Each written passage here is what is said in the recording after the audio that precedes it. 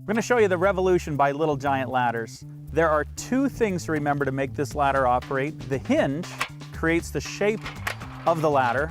It locks in the stored position. It locks again in the A-frame position. And then it will lock again when we open it up as a straight extension ladder. So just the squeeze of your palm, and that disengages the hinge.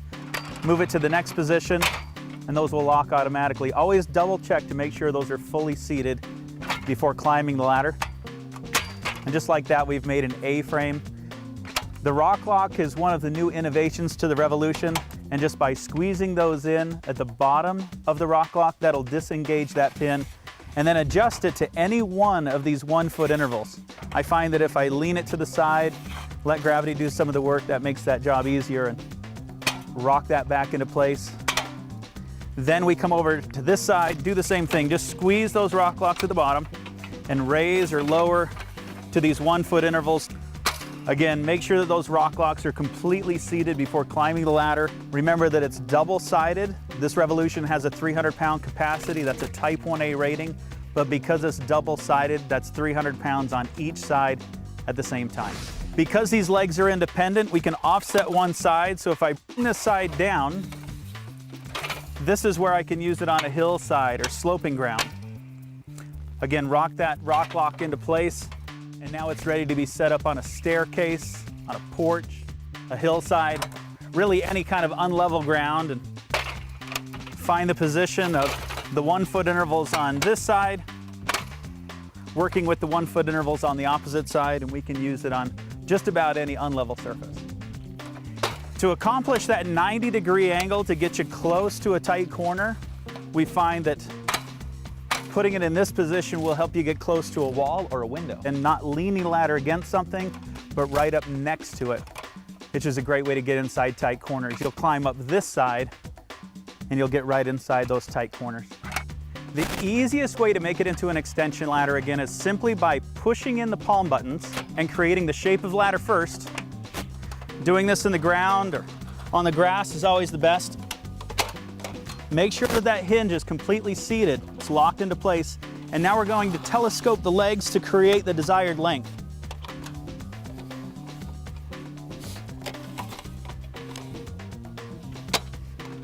Simply flip the ladder over, butt this up against the foundation of your home, against a wall or a solid structure, and hand over hand, being able to get it exactly where I want it to be.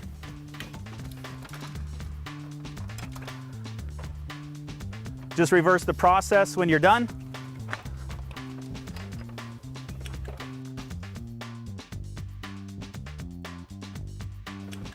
Hand over hand. And by flipping that over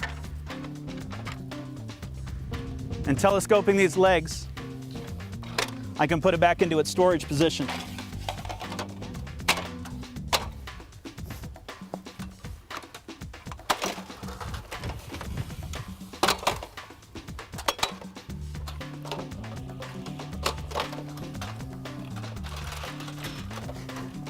One of the most time-saving features to the Revolution is when we take it apart to make it into scaffolding.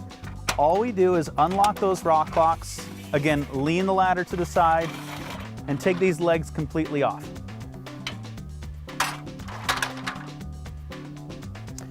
Do the same thing on this side. And what we have is the inner body of the ladder. We're going to refer to this as a trestle. Just a reminder, this is not to be used as a separate step ladder. This is only to be used with the plank. The inner body of the ladder will sit to one side. And by adding these trestle brackets, these came with your Revolution, slip these inside one of the outer channels and lock that rock lock into place. Again, remember that this flange on the trestle bracket needs to be on the outside of that channel. Lock that into place. And by locking these two sections together,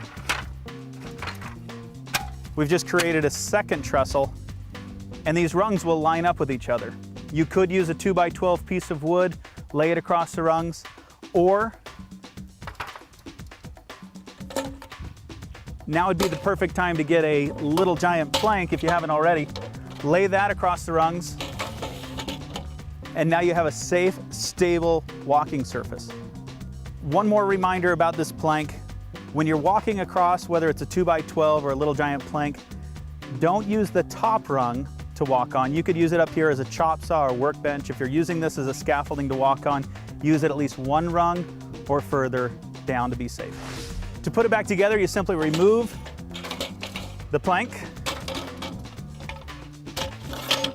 and then just reverse the steps that we've already taken. You can unlock the rock locks, remove this outer section, and now remove these trestle brackets. We'll slide these sections back on.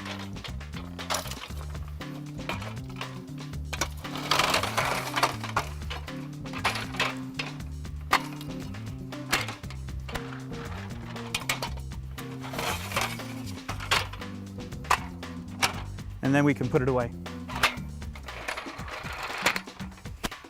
If you made the decision to upgrade to the new Ratchet Levelers, let me show you how easy they are to operate. Now you have a safe, stable ladder to climb. If that adjustment needs to be more, remember that you have 8.5 inches of adjustment on the right and another 8.5 inches on the left. So you always have a safe, stable ladder to climb. All we need to do is pull this D-ring and the leg returns to its storage position.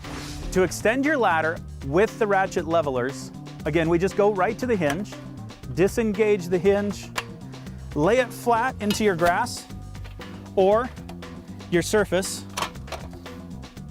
unlock your rock locks and telescope these legs to the desired length. Lock these into position and again, make sure that those are completely seated. Do the same thing on this side, telescope it to the length that you'd like. Rock those rock locks back into place. Now we're going to take the extension ladder, flip it over, and footing it up against your home or the building that you're working on, hand over hand, I'm raising this up.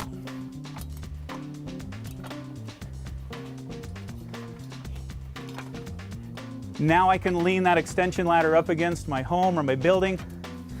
Now when I'm in this unlevel position, just with the push of a foot, I have a safe, stable ladder to climb.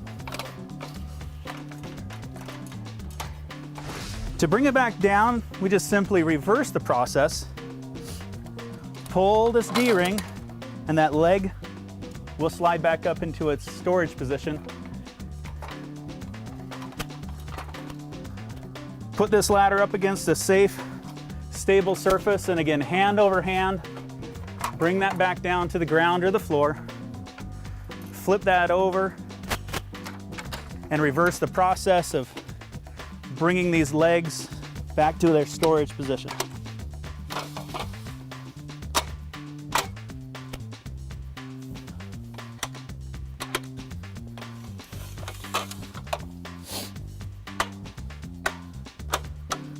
Unlock the hinge one more time. It's that simple.